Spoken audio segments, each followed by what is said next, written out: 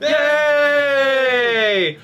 Welcome to Simply Worldbuilding, and welcome to our 10th episode. It's a bit of a celebration.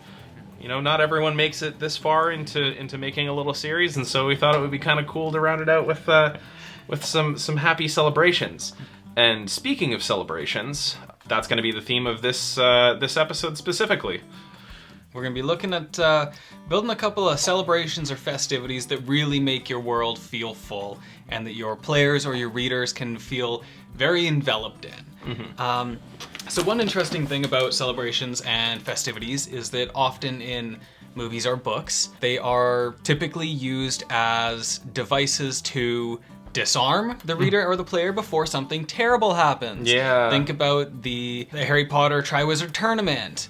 Or think about the Red Wedding, or think about, honestly, challenge time. Name three celebrations that didn't end in tragedy. Yeah, I'll wait. Yeah, no kidding.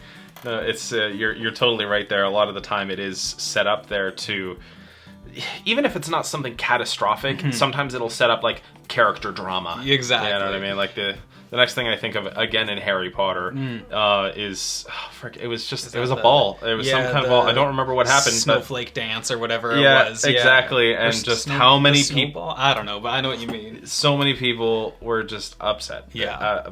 From that whole thing. It was a lot of character drama, love triangle-ass sort of stuff. That was a puberty-ridden movie, that's for sure. That was like the second last movie, wasn't it? I think so. Or it was close to the end because you could feel the edge emanating from the screen.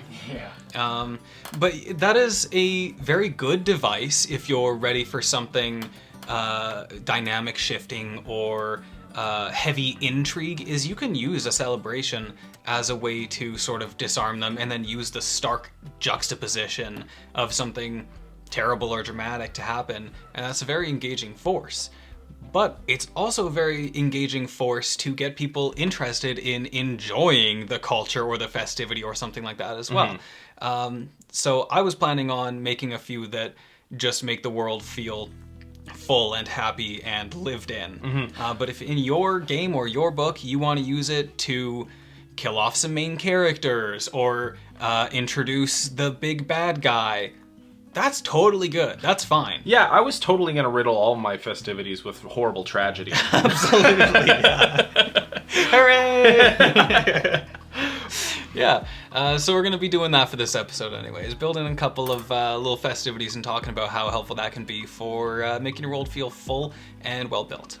It's another thing about festivities too is also they're almost 100% of the time based on a time of year, and so it's also another kind of way to make things feel like time passing. Like for example, if you're running a game and in game it runs for a whole year, seeing the festival the second time really can make people or players think, man, like look at how far we've come, and it has the actual effect of a New Year's festival, for example. Like look at how different we are. We're now 5 levels up, and just it can create a little bit of sentiment between your players as well. And so that's another thing to keep in mind, is like the feeling of time passing is something that these can also sort of instill as well. Yeah, a lot of big emotions too, because if, let's say that you are writing a book and you come around on maybe your second festivity, like you were saying, the same one, and then you think back, whoa, the last year we had compatriot A with us, and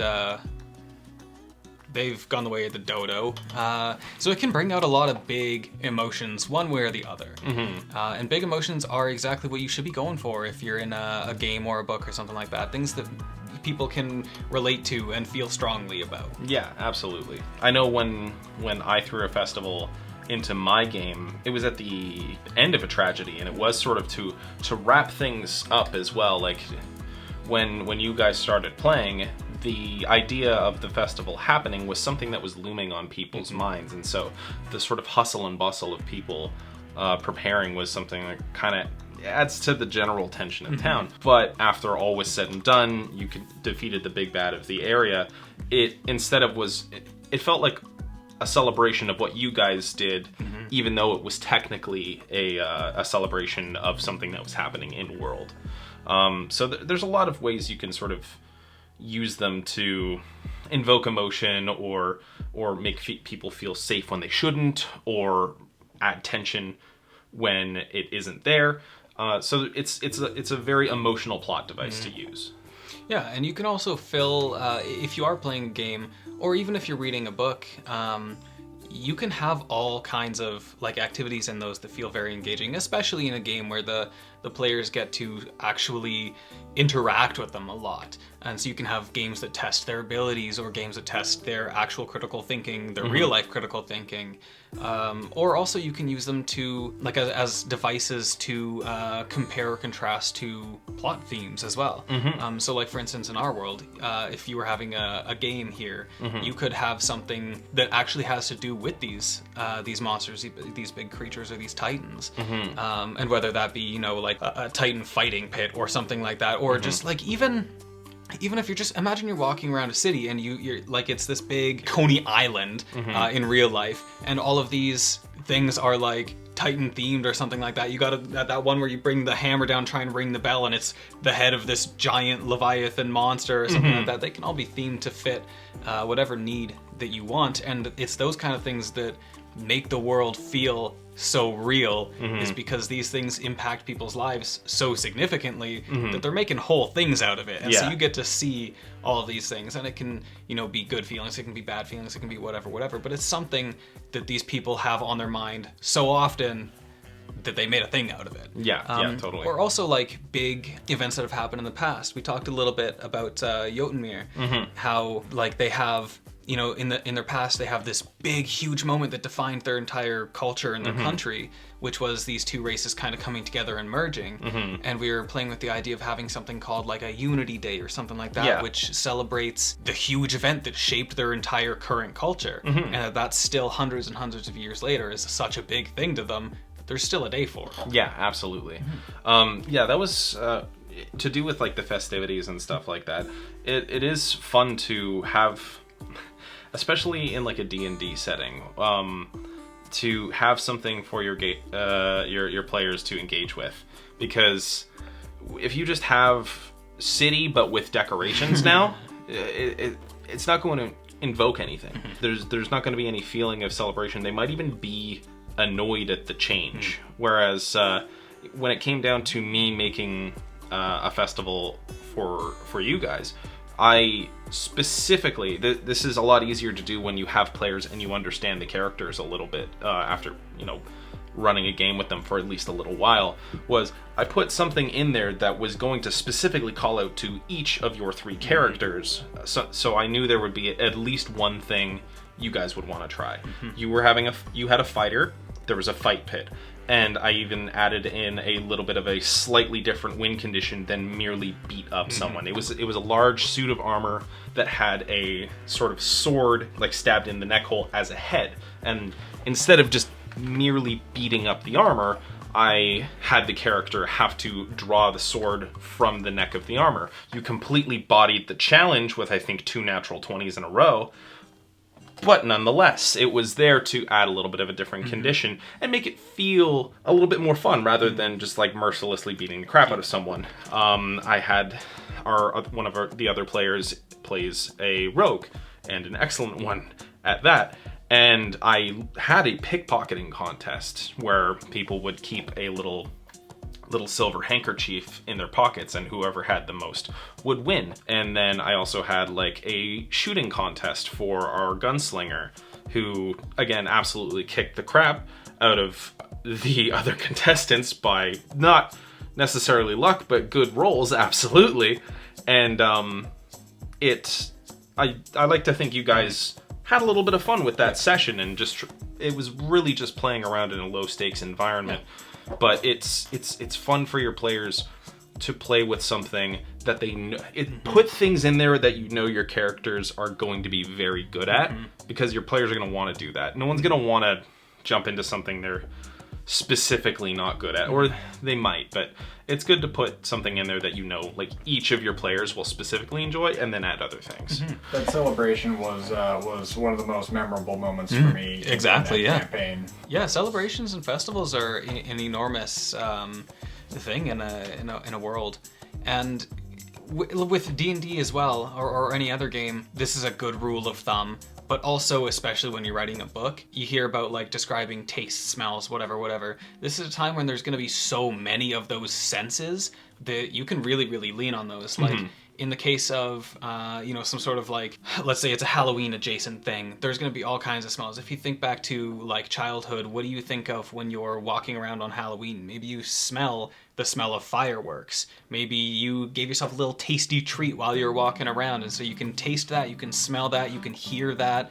So really, really lean on that, especially when it comes to like books and stuff, or when you're describing the festival to somebody, because it's those feelings that you can kind of picture in real life that really evoke all of these feelings from your reader or from your player.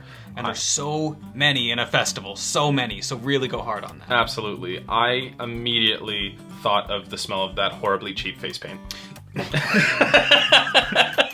Oh, you're not wrong. Yeah, just I like can that. taste it. Yeah, like that. And you're like, oh yeah, exactly. It's like, you're like, no, so Mom, don't get my mouth, and it's just like, oh no, you gotta do the whole face. Did you ever like do the blackout tooth for like a pirate or something like that, and you got like the clay in your teeth? Oh, thank God I never did, because holy crap. Yeah, I did that's so Sharpie real. Once. Oh my God. That's toxic. That's literally. Oh man. Oh my gosh. Yeah. But yeah, like you say, that's an excellent example of how something can just a sense, something simple can absolutely leave a huge impression. Well, they power your memories. Your memories are all hooked to some kind of sense in there, right? Because they're the most powerful evocative force that we have is our senses. So really hammer on those, and you can, like when you're thinking of a festival for your game or for your book, really think about the senses, because those are the things that are going to evoke the most feeling out of these, and be the most specific to your world as well. It is always good to put those in descriptions in general, but saturating a festival with them is a good way to just make things feel real, because a lot of the time players can probably feel like, oh, well, why are we spending time here? We have stuff to do, we have adventuring to do, there's plot to get to, and it's like, no, if you really saturate with the feeling of being here, it'll feel better to be there. It'll feel good, it'll feel important, it'll feel, real. Yeah, exactly. So that's definitely a great thing. We were going to use our cities as a little bit of a basis to make a couple of festivals. Did you want to start that off? Totally. So, I had a couple of them in mind. One that would be kind of like an overall seasonal based nationwide national holiday, and that is a harvest festival. That's a very, very common type of thing. Absolutely. But in a nation that we know is so fertile, I think that it's going to be quite a huge thing is to have a harvest festival. Absolutely. The one that I found personally a little bit more interesting because it's more unique and specific to the city was going back to Simvali, this very, very flood centric and abundance of food based city that is very ancient in their ways, is like a flood-based festival or like a rainy season festival. Because if you think about, there's a lot of places in the world where something like monsoon season or something like that is such a impending and ominous thing where you're kind of worried about that. Whereas when this city has so much planning and infrastructure and stuff to prevent and incorporate and even benefit from these floods, is I was picturing that's a great time to have a little festival based on not only your resilience, but also kind of what a flood and heavy rains can be, and already is sort of associated with for a lot of people in the world. It's kind of like a great cleansing, a great cleaning. Because all of this rain is going to come, it's going to wash away all the dirt and the filth that has been building up, and it's also going to leave behind all kinds of new nutrient-rich soil, great for planting. Maybe it brings in fish, it's gonna spur back up the fish population and stuff like that. Maybe it straight up brings in gold from the mountains that leaves behind sparkly bits in the rivers and that kind of thing. So not only is it a great cleaning, but it also brings a whole lot new wealth to the area, especially being that this is a river delta as well. It collects all that sediment too, so it's gonna bring a lot to the area. And they get to really just celebrate the season that they're kind of built for. So I was thinking that, even though it's so rainy, it's the kind of atmosphere that is not going to be particularly cold. So it's the kind of thing that like even kids can still be out in the streets partying and hooting and hollering because it's not cold, it's just really wet. So you put on your, you know, your bathing suit or whatever, and you go out in the streets and you just kind of enjoy the cleansing, and maybe it can even be like a semi-religious thing or something like that too, where like the great rains like cleanse you or whatever of, you know, your sins or the kind of like a New Year's kind of thing. Yeah, exactly. It cleanses you of the last year's failures and whatever, and gives you a clean slate to start again. So I think that that's kind of a cool idea for one, is where, you know, maybe everybody goes out and they just enjoy splashing around together as a family, as a community, and, you know, people like just soak up what is, for a lot of people, not a good situation to be in. But their floodgates are open, you know, the water comes through, the sprinklers are going off, all of the plants are soaking up all the water and being lush. And that's the kind of thing that I think is a good, like you said, with New Year's. Yeah. It's a very good reset, a very good cleanse, and it can be a little bit tied to their spirituality. Yeah, so I think that's a nice, unique one that is very specific to this city. Yeah. And so, you know, if you are like in a book or in a game and you come into the city and you just came off of the streets or whatever, you're traveling and you're like, oh my god, it's really raining out there, like I'm worried that this place is gonna flood, and then you walk in the streets and everybody's partying it up in the streets and they're opening the floodgates, and they're dancing around in the rain and everybody's puddle splashing. Exactly. That's such a unique situation to be in, because anywhere else they would be sweating, they would be throwing sandbags down, they would be running for higher ground, they would be bringing the animals in from the pasture and stressing like that. But these people are like opening their doors and windows and like taking off their shirts and running around in the water. Like it's just such an interesting situation for them to have that like unique ability for.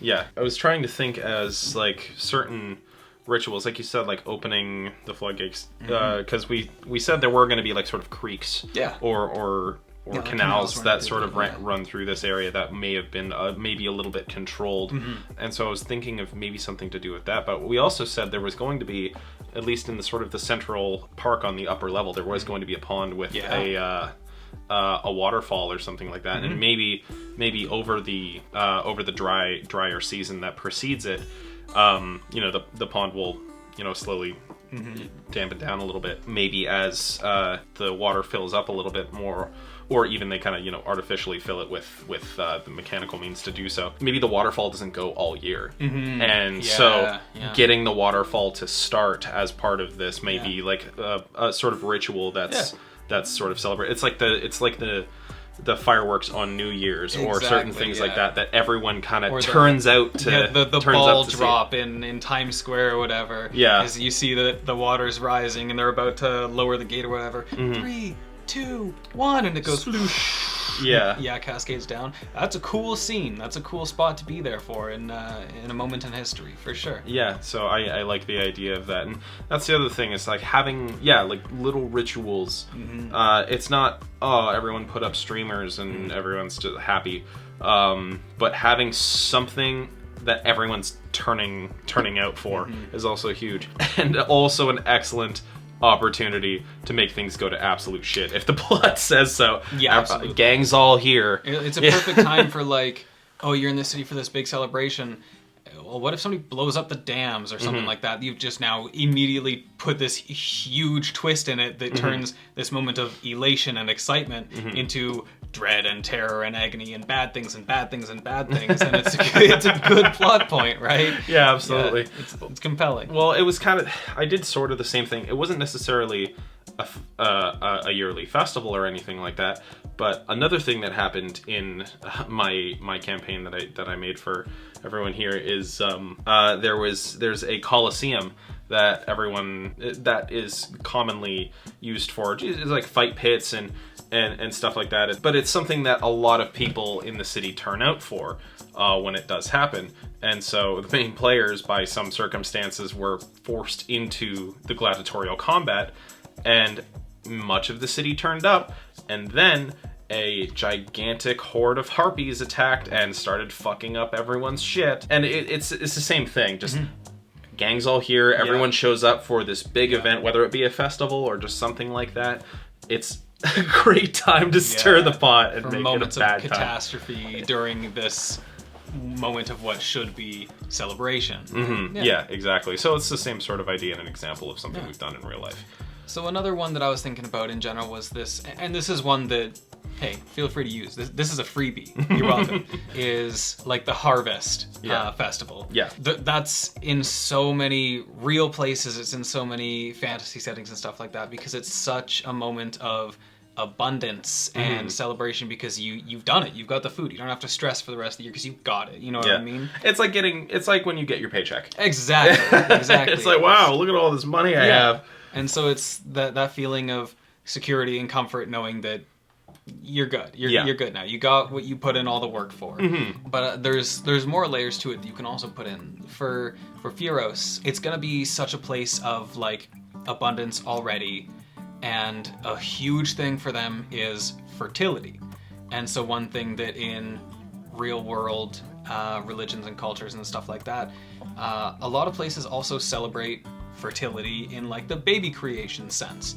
And I think that is a thing that is going to be a big deal here as well, is that this like harvest season is also kind of like the love is in the air romance season as well, because fertility is just on everybody's minds.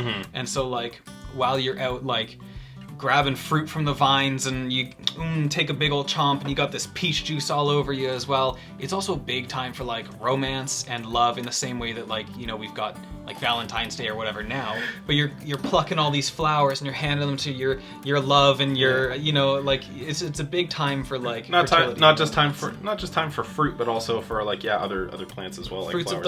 of the loins, fruits of the looms and stuff. Eggplants, peaches. Exactly. I just pictured two cherries side by side. Yeah, absolutely. I just pictured like a couple, like Lady and the Tramping, a peach, and then both of them biting on the tree at the same time. Like, oh god. But yeah, no. So I mean, that is just kind of a thing in real life. Is like just when that sort that feeling of the safety of spring comes along, like that. That is something that sort of pops into everyone's mind. And I mean, like that's kind of why Valentine's Day is kind of like towards the end of February, or towards the end of the winter rather. So yeah, no, that totally makes sense as well. That is kind of an interesting one. And yeah, like in a setting like that, it feels like something that would be completely natural to come up. So here's a handful of reasons why I think that that's kind of compelling in a setting like this for world building wise, is because if you are in this very hot country, this is a time of year where it's quite hot, and so in more ways than one. So you've got a lot of people who are sweating up a storm, and they're taking off some of their clothes, right? Because it's so hot bikini outside. season. Yeah, exactly. It's a time of immodesty. Yeah, fair enough. So people they're exposing themselves to the sun because you don't want all these layers on. It's a time when fertility is on everybody's minds. There's plenty all around, and this is the time where you know, I am comfortable rearing children into this world because we have so much excess. The stress levels are low. Exactly. And so in this kind of setting, it's perfect to lean on the things like the smells of all these pollens and flowers and stuff going around. The sweet taste of all these fruits. The hot senses of the sun, and just everybody's, you know, maybe it's even too hot during the day, so everybody goes in the shade, but there's only so much shade to go around. So you and this new potential partner or whatever are sharing some shade, sharing some fruit, having all these heightened senses from all these stimulations going around in the world or whatever. No, so there's an awful lot of senses there, and it ties not only just the like traditional seasonal like bountiful harvesting into something that is also a little bit more of like a cultural holiday where it's kind of just a little raunchy, but big on the senses as well.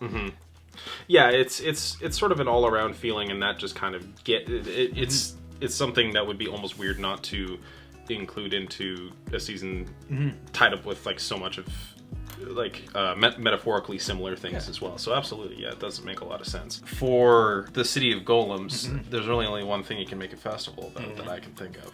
There's New Year's and there's all that jazz, but you got the classic. Yeah, if there was a golem festival, it would be very, very interesting to me, because it would almost feel more like a science convention. You know what I mean? Yeah.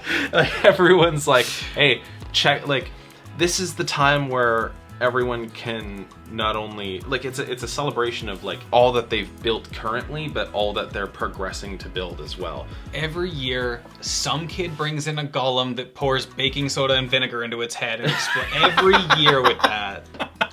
Yeah, and it always wins. Totally.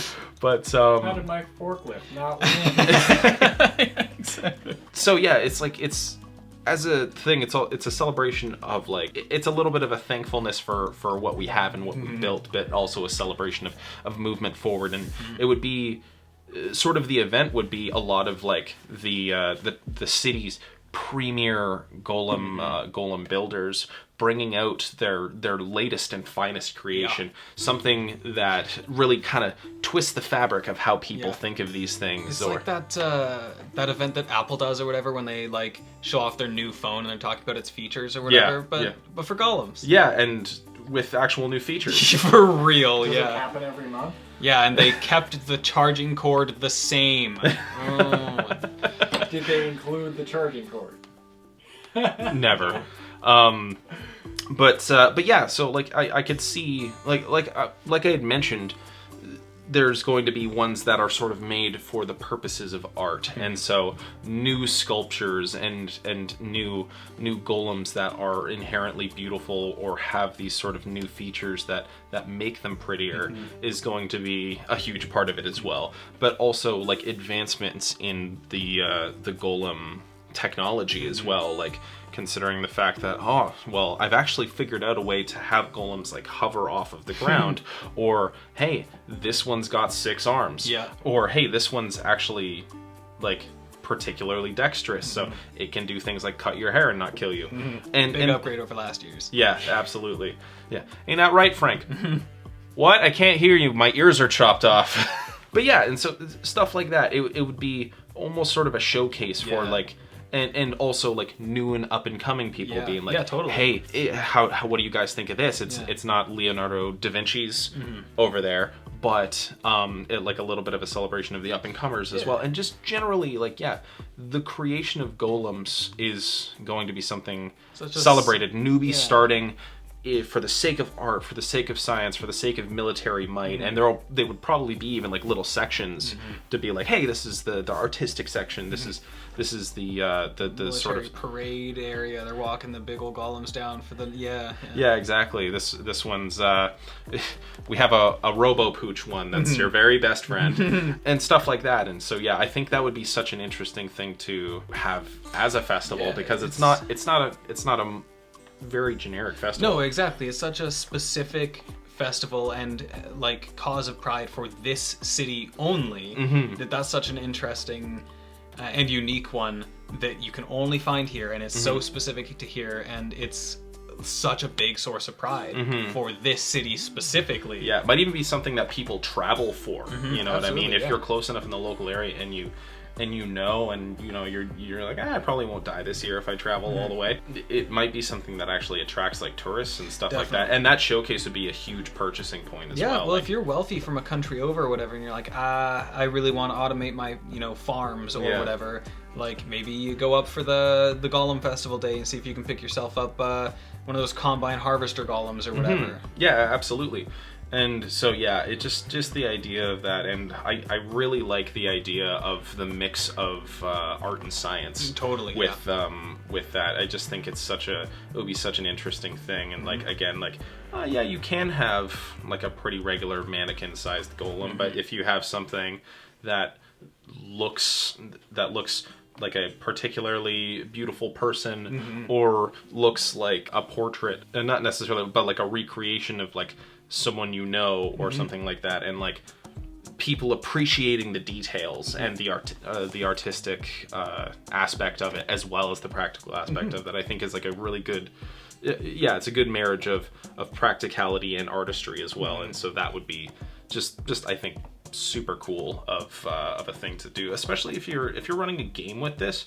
It would be so cool to just, as a DM, sit there and brew up ideas for like things that are being showcased. Yeah, you know what I mean. yeah. And possible magical items for your characters to purchase. And hey, you know what? Great place for a little foreshadowing, you know what? Because you can see those kinds of things again in the future. Maybe now they're being used actively in the military somewhere in the world for oppression or something like that. Or maybe the bad guys got his hands on the biggest, baddest one that was at the festival this year, or something like that. Yeah, it's, oh my god, that would be so crazy. Like a villain you've been active, like one of those villains that keeps coming back, and then all of a sudden you see him in this public place, and you want to beat the crap out of him, but you can't because it's a public place, and maybe not everyone knows they're evil. They're like a evil politician or something like that, and you can't just fucking do it. And you see them purchasing one that you know would be a bad idea. They're like, oh, the biggest, baddest one that can absolutely one-hit one with 16 swords and one mega chainsaw. And and an eye laser. That's not great. That's not good. Can you install multiple eye lasers? Oh, well, yeah, I could probably do that. Like, every player is just like, no, I'm gonna have to kill that. And well, that's even the thing too. Like you said, foreshadowing. Maybe there's a huge showcase of exactly how powerful this thing is, and then he buys it. And they're like, damn it. So there's a lot of stuff you could do with that, and even small ones. I also picture like, could you stop a character from buying a tiny pet golem? Probably not. You just have to be careful what the price range is. Just look in their wallets before the session and just be like, how much do they have? Okay, I'll let them afford these ones just in case. But yeah, it's just, I don't know. I want to be there. I want to go be in that place and check out the science fair. Yeah, basically. Like it is the science fair. Yeah. Or like there's the World's Fair too, where people were showing off all kinds of feats of engineering and art and stuff like that as well. And it's like the Olympic Games of golems. Exactly. Oh my god, that would be even a crazy thing too, is actually having like certain sporting events to see who can make a golem who can do something the best. This one can jump the farthest, or this one can, like the javelin toss on like the military aspect or something like that. Like that would also be something so cool to toy around with. It's like, again, you could even have a fight pit where people fight the golems or race them, or like, are you smarter than a 5th grader? But it's golems. Like, yeah, so just that festival I think would be such a cool set piece and way too interactive to leave out. Exactly. So when you're thinking about some festivals or some celebrations for your own book or game, really lean on what makes it unique to this area, this culture, this people, this city, or this religion or whatever, and sort of what does that feel like? You know what I mean? And how long has it been happening? Where in people's history does this come from? And does this have like religious ties, or like sort of where does that go? Is it something that just happens every year, like a harvest festival? Is it a religious thing? Or like even in the case of the golems, like, is it a celebration of the arts? There's so many different types of festivals, so don't feel confined to ones that just feel like sort of like Easter or Christmas does, where it is we're thankful and we're happy and family and stuff like that. Like, it doesn't have to be completely limited to that. You can make people celebrate basically anything you want. Yeah, exactly. And yeah, the more unique, the more ingrained into the place it's in is absolutely going to be the better, because it prevents you from going to a festival next door and it being the same. Yeah, so make them unique, make them feel specific, and make them enjoyable. Absolutely. That's a pretty good place to round it off, I think. So. Absolutely. Oh. Thanks for watching. We'll see you in the end card. Hey, welcome to the end of the video. Thanks for watching, and remember to like and subscribe. So, we've got a little bit of a challenge here for you if you're world building along with us. Seeing as how today's theme was celebrations and festivities, why don't you come up with one of your own? Here's a couple of things to focus on for you. What is the specific challenge or reason for this festival existing. What is the unique thing that has brought about this festival? In case of this like rain or flood season thing, the uniqueness comes from the struggle that they normally face being flood season, where everybody else panics, but they get to enjoy it a little bit. So what is your unique cause for this festival? Another thing to add to your festival is what are possible religious, spiritual, or just cultural things that you can tie to your festival as well. Santa with Christmas, for example, or you could even tie it to something as simple as a folk hero if you don't want to go overly religious or into mythology about it. You can have it just tied to a specific person who may have liberated the town, saved it, this, that, or the other thing, and that's a celebration, and that can separate it from something a little bit more mythic, but it gives them sort of something to revere other than the mere concept of the celebration itself. Yeah. And then to make it all feel real and bring it in and let your people really experience it is try and come up with maybe 3 different senses that you can expect to see or feel at this celebration. What is like a smell that you may associate with this festival? What is a taste that you may associate with this festival? And what is some kind of like sight that you may associate with this festival? For instance, if it's like, you know, the festival of the fruits, like maybe there's this like ripe fruit, sort of sweet citrusy smelling thing that as soon as you walk into the city just smacks your nostrils. What is a couple of feelings that makes it really stand out? The smell of apple pie, the sight of the fireworks, and the sound of apple pie. Yeah, the cozy warmth of standing next to an apple pie fresh out of the oven. Exactly, but little things like that, absolutely. Exactly. And let us know in the comments what your ideas that you've come up with are. Yeah. Anyway, thanks for tuning in. We'll see you next time. Bye.